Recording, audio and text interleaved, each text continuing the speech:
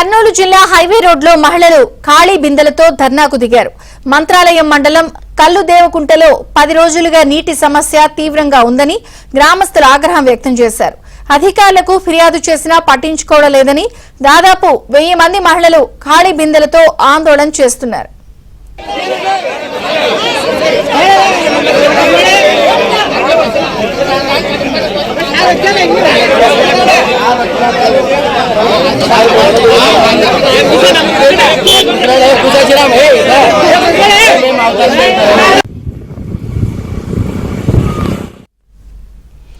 మహిళల ఆందోళనతో కిలోమీటర్ల మేర వాహనాలు నిలిచిపోవడంతో హైవే రోడ్డుపై భారీగా ట్రాఫిక్ అంతరాయం ఏర్పడింది. కూలి పనులు చేసుకునే తమకు నీటి కోసం పనులు మానుకుని కుళాయిల దగ్గర గంటలు తరబడి వేచి ఉండాల్సి వస్తోందని మహిళలు ఆవేదన వ్యక్తం చేశారు. ఇప్పటికైనా అధికారులు స్పందించి నీటి సమస్యను పరిష్కరించాలని గ్రామస్తులు కోరుతున్నారు.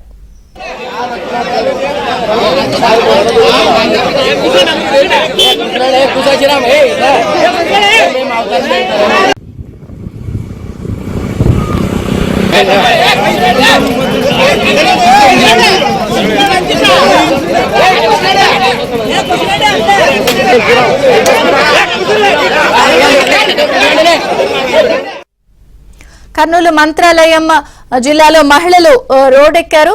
ప్రధానంగా హైవే ఖాళీ బిందెలతో మహిళలు ఆందోళన చేపట్టడంతో కిలోమీటర్ల మేర ట్రాఫిక్ అంతరాయం కూడా ఏర్పడింది. తాజా పరిస్థితి మా ప్రతినిధి సుంకన్న అందిస్తారు.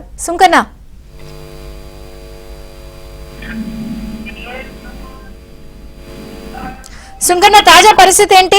ఆందోళన కొనసాగుతోందా?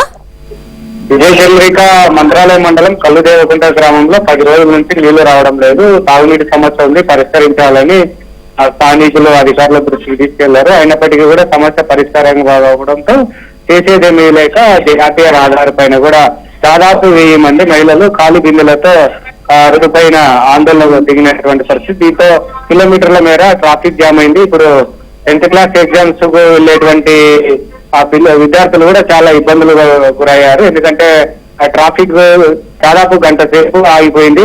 పరీక్ష కేంద్రం చేరుతామా లేదని కూడా ఆందోళన నెలకొన్నటువంటి నేపథ్యంలో ఎటకేలకు మంత్రాలయం పోలీసులు కూడా సంఘటన స్థలానికి వచ్చి ఈ కల్లుదేవకుంట గ్రామస్తులకు కూడా ఏదైతే ఎంటేటువంటి ప్రయత్నం చేశారు.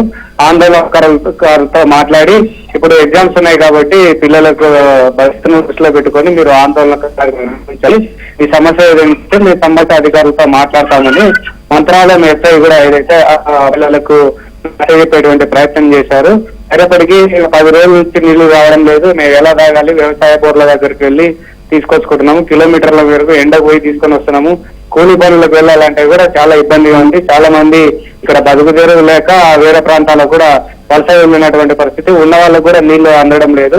ఇంకా ఎలా కనీసం తినడానికి తిండి లేకపోయినా తాగడానికి నీళ్ళు అయినా ఖచ్చితంగా ఉండాలి కదా, మీరు మా సమస్యను కూడా దృష్టిలో పెట్టుకోవాలని కూడా ఆందోళనకారులు ఎస్ఐ దృష్టికి తీసుకెళ్లారు.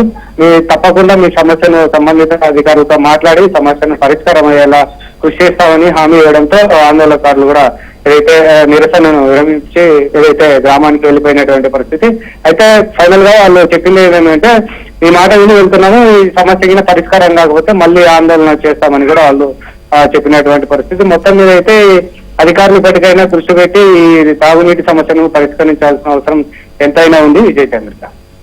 Thank you Sunkanna.